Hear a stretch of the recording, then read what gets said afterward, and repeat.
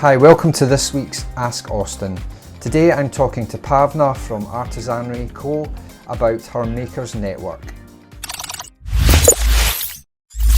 Hi Bhawna, how are you today? I'm very good, thank you. How about you, Austin? Yeah, great, thanks. Thanks for taking the time to speak to us today. So, you are the owner and CEO of Artisanry. Do you want to tell us a bit about the company? Yes. So Artisanry is a social enterprise. We have what is called as a kick model, and the idea of Artisanry was born out of two requirements. We found a gap in the market where we couldn't find an e-commerce platform, an online platform that worked for the makers or artisans or crafters. There are lots of them out there, Etsy and not on the high street and Amazon and various other, but these are all platforms that work for themselves and use makers to sell on the platform. So most of them or all of them don't have a model where they put the money back into the communities these artists and makers come from. So we wanted to fill that gap. We wanted to create a company that had CSR at the heart of everything we did. So we wanted to create a company that worked for the makers and a platform that worked for them. So that was the main driving force behind it. The second reason was that we wanted to go beyond an online shop and create a community of makers across the country. So this is a nationwide platform. We only promote UK-based makers. And we wanted to bring cross-pollination of makers across different parts of the country and across different disciplines as well. There is no reason why a potter must only be mentored by a potter, for example. You should have the ability to find somebody who has the right kind of experience in a different part of the country and be able to speak to them and be mentored by them or have the experience that will help somebody else. So we wanted to bring these two things together. So Artisanry is an e-commerce online platform. That's the commercial side of the business. It is the side that would generate the income for us to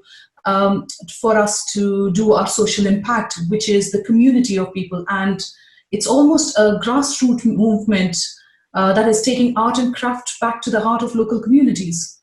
So obviously we met when we worked together in financial services, and you've obviously set up Artisanry. What made you come up with the idea of this? I worked in financial services for a long time and worked for lots of big financial services, which meant I just didn't find that I was creating value with my work.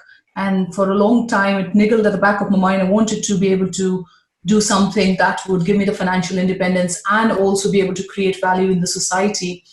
And last year, it just was one of those junctures where I thought if I didn't do it now, then maybe I wouldn't get a chance. So Artisanry has been an idea in my mind for a long time. So I thought, you know what, let's take a break. Let's try and set it up and see where we go from it. And after working in financial services for so long, it's also made me realize that it is entirely possible to create a business within a social enterprise model, because a social enterprise is not a charity. We are set up to make profit, but the difference is that CSR is the heart of what we do. And we run a lean business, which means that the profits can go back into the community and sustain it. And that's the biggest driver for me, to be able to create value with what I did, what I do, and I didn't find that in financial services anymore. Yeah, I mean it's obviously quite a difference to what you're used to. I guess one of the big issues, I think you kind of touched on it there, is people's understanding of what social enterprise is all about. Because I must admit, I always thought social enterprise was a charity, but you've obviously explained the differences there, so that's really good. So in terms of, is it just yourself that's involved in the business? Have you got anyone else that helps you run it? I'm the only person who's doing it full time, and I've now been doing full time come a year in August. My husband is the other director, and he brings in a lot of knowledge with the industry. He comes from pensions industry, so he has a lot of governance knowledge. and he brings that in and he looks after a lot of the administrative part of the work. But on the ground, I also have a developer who's working full time on developing the website. So we've released 2 phases. We are on the 3rd phase now. I also have a content writer. So she works full time for me. And I've just recently employed another marketing company to do research on the target market for us, because I'm quite well aware that one of the challenges that we face is how to bring the customer footfall into it, because we are going up against the likes of Etsy's and Amazon's, and we are that small. We're nothing at the moment, and we need the might of a marketing company to help us build a brand, build our name out there, do some PR, tell people about what we are all about, and most importantly, explain to people what a social enterprise is.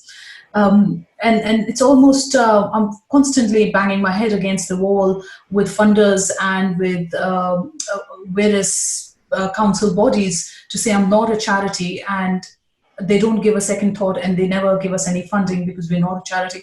So marketing is a big spend. So I've got a marketing company, so I've got a few people working there, again, on a project-to-project basis, because I don't have the money to retain somebody on a month-to-month basis. I've also got some more part-time help from a couple of videographers. I've got a girl who works in the university, studies in the Queen Margaret's University. She's my videographer. I've recently hired another videographer. Our number of videos that we're doing for people is going up. So I've got her on a project-to-project basis. And I've got one more person who helps. Nick, you've spoken to him. He has been hosting the coffee morning, so he's a volunteer. So that's the motley group of people we have. Everybody is dedicated, and they're quite. It's an exciting journey to be on. We are in the starting phase of a business, and it's quite amazing to see it develop.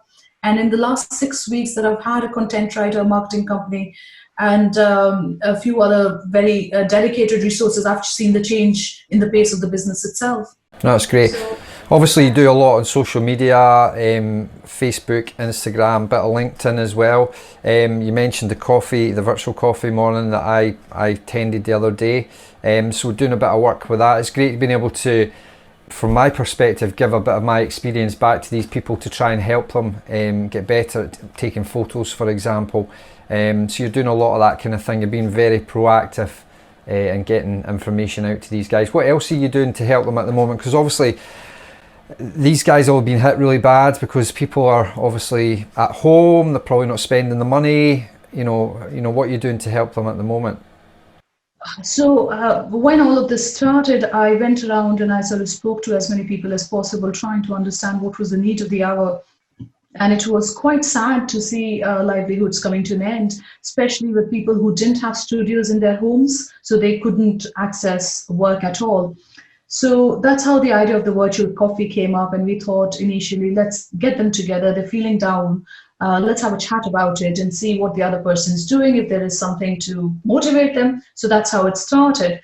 And then a little bit more research, and we thought, okay, everybody's sitting at home.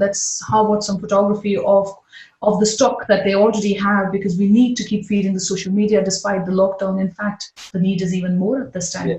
So that's where you came in. And so month of April, we've dedicated to bringing specific skills. So there's a videographer, then you come back again, talk about how to take videos on smartphone. Then we have the videographer talking about the power of a storytelling. Then we have our marketing, the girl who writes my content. She's coming over one coffee to discuss how to write powerful content and why we must continue to write and feed the social media despite not working or not being able to produce anything new.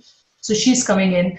And in May, we have sort of decided our focus is going to be on how art creates value with vulnerable individuals. So we have a few makers who work with youth, some people who work with mental health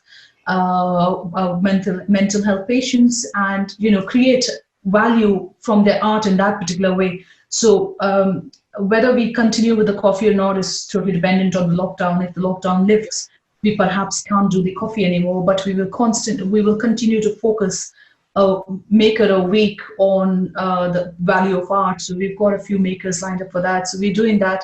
And all of this, the idea is to bring all of these people on a very even keel from their marketing point of view. And until now, most platforms say that, okay, you have to pay us an X amount of money for us to be able to market you. And we want to do things differently. Being a social enterprise, we have the luxury to do it. And we say we want to give everybody a very even marketing grounds. And after that, it is up to the customer and it is up to your own skills, how you sell yourself. But we will market everyone exactly the same way. So for that particular reason, we are asking social enterprises, other social enterprises and charities to join us as well. And if they work with vulnerable group and produce something, artwork that they need to sell, we would be happy to host that for them and take it online. So that's one of the services that's not available anywhere at the moment.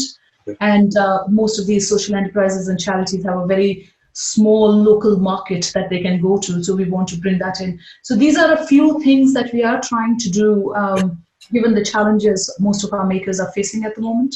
Great. So if we've got makers who are potentially interested in joining the network, what do they need to do? Is there a cost involved? How do they get access?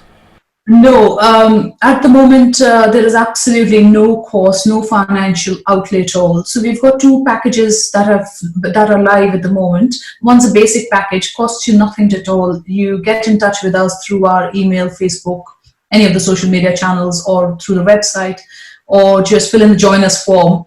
And we will, once we've vetted your work and the fact that you live in UK, you work in UK, and you're an artisan, because that's one thing that I'm very, very conscious that I want to promote true artisans here, and the definition needs to stay, the benchmarking needs to be very clear. So once we've vetted you, we would put you on the community page, which is a part of our, it's a Facebook, Instagram, Quora rolled into one sort of community that we have. The idea is that you will, over a course of time, have training material on it. There'll be resources that you can access. You can get mentorship, you can get help, so on and so forth. So there's no cost to that. And we are actively asking makers to join us for the basic package. The next one is a premium package, which is a package to sell on the online platform. And again, there is no cost to it at this stage. One, because we're not selling yet. We will not sell for another 6 weeks or so. But once we start selling as early adopters, we are anyways not charging anybody joining fee, which is £120 a month, including VAT. We will only charge them 11% commission flat out on whatever they sell. And at the end of 2020, we will give all of these people an option to either stay with us or walk away, depending on how they found the platform. And at that stage, if they decide to join us, they can pay us the joining fee and join us formally. But we're asking makers to come and give us a try. Meet with us, speak to us. We're very, very keen to help. We want to make your stories accessible on social media to all your customers, and and be able to tell people who you are, not just of what you do. So yes, everybody is welcome. There is absolutely no financial outlay at this stage. Great, excellent. And where do you see Artisanry being in the next 5 years? What are your long-term aims? Long-term plans. So in the next, let's say up to about 3 years, we hope to ramp up the number of makers on the platform, and we want to get more staff in to start working on the marketing of each of these makers who join us. But in about 5 years' time, we are very keen to go down a financing route, and we are very keen to look at a finance product that we will be able to offer to our makers. Now, it's too early, too premature to talk about it, but in about 5 years' time, we hope to be able to provide nano finance to the partners on our website, or the makers who will become our partners on on our platform. And again, too premature to talk about it. It needs FCA requirement. It has a FCA approval required, so it is a long drawn process, and we are working on it on the background. But in 5 years' time, hopefully, we will also become a brand that both customers and makers will reckon with. Customers for the quality, and makers for the business development help that we can give each of them. Yeah, I guess it's just about building up that trust over time. Oh yes, absolutely. Yeah, great. Well, listen, Bhawna, thanks very much for your time. Appreciate it. I'll leave details of how people can find you in the post. But thanks again for your time. Thank you very much, Austin. It was great. Thank you. Cheers. Cheers. Bye-bye. Thanks to Bhawna for today's chat. If you don't already subscribe, please click the button above and subscribe to the channel. Until the next time.